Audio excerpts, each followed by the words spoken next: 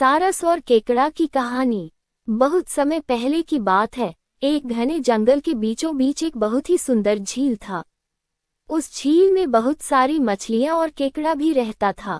वो सब बहुत खुशी से मिलजुल कर रहते थे। लेकिन हर रोज उस झील के किनारे एक सारस आकर मछलियां पकड़कर अपना पेट पूजा करता था। जब भी सारस झील किनारे आ पहुंचता तब सारे मछलियों के बीच भागा दौड़ी शुरू हो जाता था। ऐसे दिन बीतता गया। धीरे धीरे सारस बूढ़ा और कमजोर होने लगा। पहले की तरह वह शिकार भी नहीं कर पा रहा था। सारस बहुत दुखी होकर झील किनारे बैठ गया।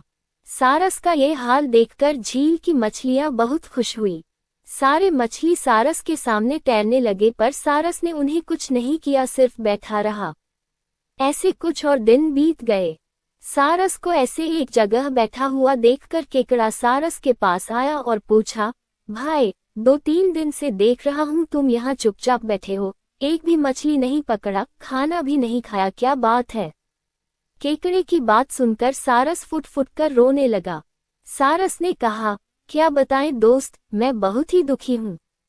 कुछ दिन पहले एक ज्योतिषी ने मुझे एक बात बताया कि बहुत ही जल्दी यह झील सूखने वाला है। बिना पानी के तुम सब कैसे जी पाओगे?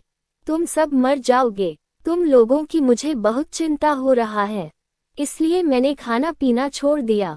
केकड़े ने कहा, क्या बोल रहे हो? ये तो बहुत गंभीर और चिंता की बात है, मुझे सबको बताना होगा।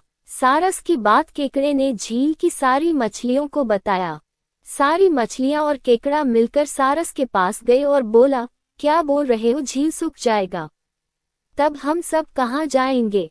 क्या करेंगे? कोई तो उपाय होगा न बचने का। हम सब ने तुमको हमारा दुश्मन समझा, पर तुम तो हमारे दोस्त निकले। हम लोगों के चिंता के कारण तुमने खाना पीना छोड़ दिया। दोस्त, अब तुम ही कोई उपाय बताओ। सारस ने कहा, अच्छा लगा सुनकर कि तुम सब ने मुझे दोस्त माना है। एक उपाय है, कुछ ही दूर पर एक तालाब है। अगर तुम लोग चाहो तो मैं एक एक करके तुम लोगों को वहां छोड़ सकता हूँ। सारे मछली मान गए और कहा, ठीक है, ठीक है। तालाब में पहुंचाने के लिए अगले दिन से सारस एक एक मछली को अपने चोंच पर लेकर जाना शुरू किया। ऐसे कुछ दिन बाद केकड़े की बारी आई।